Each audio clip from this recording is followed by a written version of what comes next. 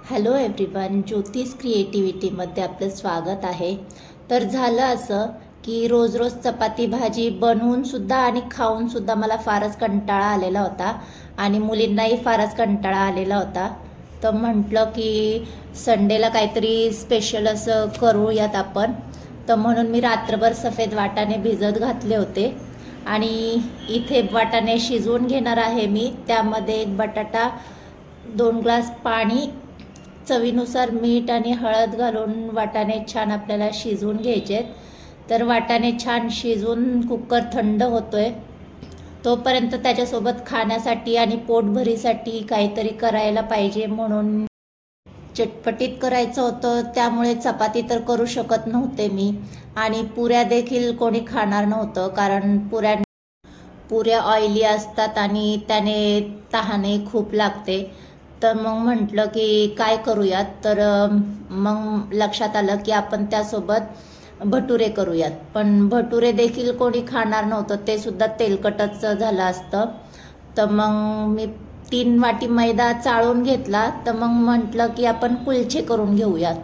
तर कुलच्यांसाठी 3 वाटी मैदा इथे घेतला मी। 3 वाट्या मैद्यामध्ये भरपूर असे कुलचे होऊन जातात। त्यामध्ये चवीनुसार मीठ, 2 चमचे बेकिंग पावडर, अर्धा चमचा बेकिंग सोडा आणि 1 चमचा पिठी साखर, हे सगळं मी घालून घेतलं होतं।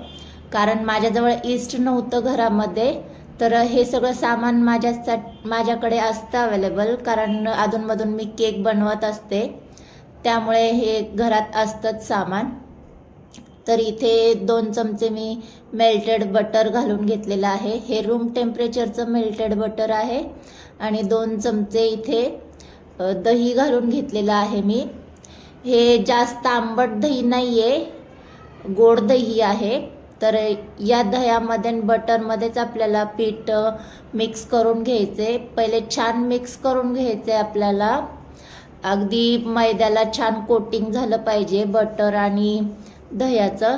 तर इथे छान आपलं कोटिंग झालेलं आहे आणि आता थोडंसं आपल्याला यामध्ये पाणी घालून आपल्याला पीठ मळून घ्यायचंय। अगदी सॉफ्ट पीठ मळून घ्यायचंय आपल्याला। कुलच्यांसाठी छान सॉफ्टच पीठ असतं, अगदी कणिक असतं त्या पद्धतीने नसतं। त्यामुळे थोडं थोडं पाणी घालून इथे पीठ मळून घ्यायचंय। थोडंफार स्टिकी झालं तरी हरकत नाहीये, कारण स्टिकीच असतं ह्याचं पीठ। तर इथे आपलं पीठ तयार झालेलं आहे मळून।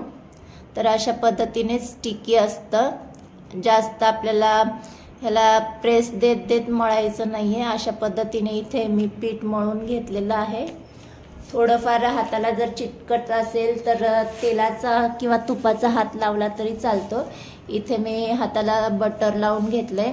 आता ह्याला थोडंफार आपल्याला रेस्ट करायला ठेवून द्यायचंय, जेणेकरून त्याला छान ते पीठ फुलून येईल। 1 तासभर तरी आपल्याला हे पीठ असंच ठेवून द्यायचंय झाकण लावून। तर एका भांड्याला मी तुपाचा हात लावून घेणार आहे। त्या भांड्याला ग्रीस करून झाल्याच्या नंतर हे पीठ त्यामध्ये ट्रान्सफर करून घ्यायचंय आणि 1 तासभर पीठ ठेवून द्यायचे साईडला, जेणेकरून ते छान फुलून येईल आणि आपल्याला जे कुलचे करायचे ते छान त्याला जाळी सुटेल। त्यासाठी 1 तास तरी पीठ साईडला ठेवून द्यायचं असतं। तर हे आता आपलं पीठ सेट होतंय, तोपर्यंत आपण जे आपले मटार शिजवले होते ते घेऊयात। तर इथे मटार छान आपले सॉफ्ट असे शिजलेले आहेत। त्यामध्ये जो आपण बटाटा घालून घेतला होता तो आता एका प्लेटमध्ये साईडला काढून घेणार आहे। तो आपण नंतर वापरणार आहे। तो सगळा इथे बटाटा मी काढून घेतलेला आहे। बटाटा काढून झाला की जे आपण वाटाणे शिजवले होते ते आता आपल्याला एका भांड्यामध्ये ट्रान्सफर करून घ्यायचे, जेणेकरून काय होईल, आपल्याला ते मिक्स करायला सोपं जाईल। तर इथे मी पातेल्यामध्ये काढून घेतलेलं आहे आणि थोडंसं चमच्याच्या साहाय्याने त्याला थोडंफार मी मॅश केलेलं आहे। तर इथे मी कांदा, टोमॅटो, कोथिंबीर आणि 4-5 हिरव्या मिरच्या जे बारीक असे चिरून घेतलेत ते यामध्ये मी घालून घेतेय। याने काय होईल, आपला तो चाट देखील तयार होईल आणि सलाद देखील होईल। तर इथे मी सगळं यामध्ये मिक्स करून घेतलंय आणि यामध्ये थोडंफार मी चवीनुसार मीठ घालून घेणार आहे आणि आपण जो बटाटा साईडला काढून घेतला होता तो देखील यामध्ये मी कुस्करून घालून घेतेय। हातानेच कुस्करणार आहे, छान हाताने कुस्करला जातो। आणि त्यामध्ये चवीनुसार मीठ आपण वाटाणे शिजताना देखील घातलं होतं, पण आणखी थोडंसं आपण कांदा टोमॅटो वगैरे घातले त्यामुळे देखील इथे चवीनुसार मीठ घालून घ्यायचं आणखी थोडंसं। आणि गरम मसाला घातलेला आहे, चाट मसाला, जे काही चटण्या आवडीच्या असतील त्या यामध्ये घालून घ्यायच्या। जिरे पावडर घालून घेतली, इथे मी तिखट आणि गोड चटणी घालून घेतलेली आहे। तुमच्या आवडीनुसार जे काही चटपटीत असे मसाले यामध्ये तुम्हाला घालायची गरज वाटत असेल ते यामध्ये घालून छान मिक्स करून घ्यायचे, अगदी स्ट्रीट स्टाईल सारखं। तर मस्त इथे टेम्पटिंग असा चटपटीत चाट तयार झालेला आहे। हा असा देखील खायला छान लागतो, मस्त आंबट गोड असा लागतो हा। तर याला थोडं मी मिक्स करून घेतेय आणि एका वाटीमध्ये काढून घेणार आहे। तर इथे छान आपला चटपटीत असा चाट तयार झालेला आहे। तर हा सलाद म्हणून देखील खाल्ला तरी छान लागतो, पण आपण कुलच्यांसोबत खाणार आहोत तर हा मी आता साईडला ठेवून देतेय। तोपर्यंत आता आपण आपले कुलचे करायला घेऊयात। तर इथे आपलं छान पीठ फुलून आलेलं आहे, छान इथे पीठ सेट झालेलं आहे। हाताला थोडंसं तेल लावून घेतेय मी, कारण आपल्याला आणखी थोडंसं याला मळून घ्यायचं आहे, हलक्या हातानेच मळायचे। आणि मळण्यासाठी मी परातीमध्ये काढून घेतेय, कारण या बाउलमध्ये मळता येत नाहीये, कारण आपल्याला स्ट्रेच करत मळायचे। तर व्हिडिओमध्ये दाखवते त्या पद्धतीने इथे मला स्ट्रेच करून मळायचं होतं, त्यामुळे मी परातीमध्ये काढून घेतलंय। तर इथे आपलं पीठ छान असं तयार झालेलं आहे। स्ट्रेच केल्यामुळे काय होईल, छान अशी आतमध्ये जाळी तयार होईल आपल्या कुलच्यांना। तर मस्त इथे पीठ तयार झालंय। जर चिटकट असेल हाताला असं वाटत असेल तर आणखी थोडंसं इथे तेलाचा हात घेऊन लावू शकता तुम्ही। तर आता त्याचे छोटे छोटे बॉल्स मी करून घेणार आहे। तर जेवढ्या आकाराचे आपल्याला कुलचे करायचे तेवढ्या आकाराचे इथे बॉल्स करून घ्यायचे।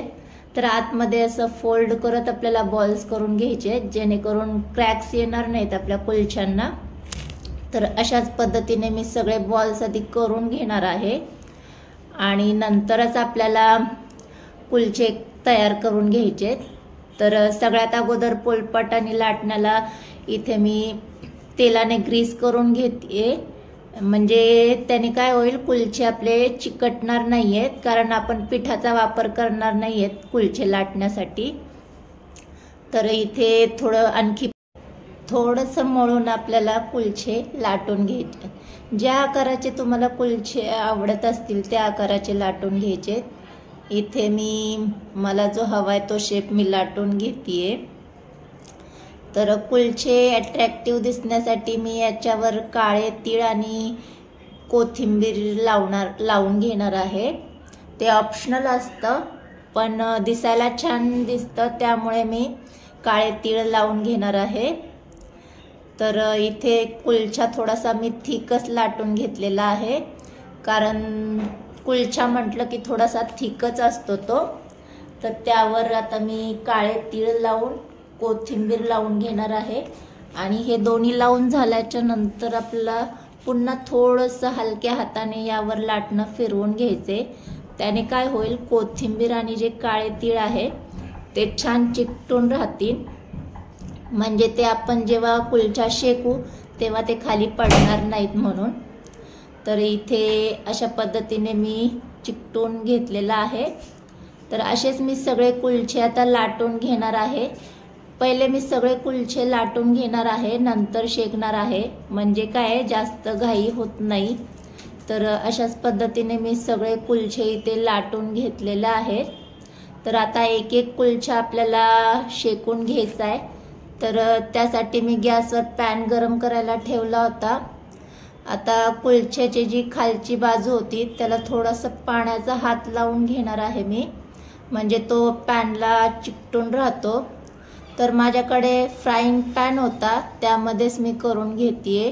डोसा पॅनवर छान शेकायला सोपा जातो। फ्राईंग पॅनमुळे माझ्या हाताला फार चटके बसत होते। तर इथे मी कुलचा घालून घेतला, त्यावर साईडने मी थोडंसं पाणी घालून घेणार आहे, जेणेकरून त्याची जी वाफ निघेल त्याने कुलचे मस्त फुलून येतील। तर 2 ते 3 मिनिटं मी झाकण लावून कुलचा शेकून घेतलेला आहे। तर पहा, मस्त असा कुलचा इथे फुलून झालेला आहे। तर आता दुसऱ्या साईडने शेकण्यासाठी मी त्याला पलटी करून घेतेय आणि पुन्हा थोडंफार पाणी साईडने घालून घ्यायचंय आणि पुन्हा 2 ते 3 मिनिटं आपल्याला झाकण लावून कुलचा शेकून घ्यायचा आहे। तर मस्त असा इथे कुलचा आपला शेकून झालेला आहे।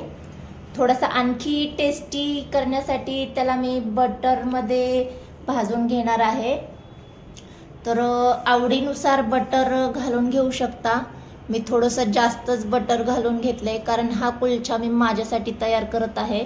मला बटर म्हटलं ना, मला असं भरपूर वापरायला खूप आवडतं, त्याने टेस्टच खूप यम्मी अशी येते।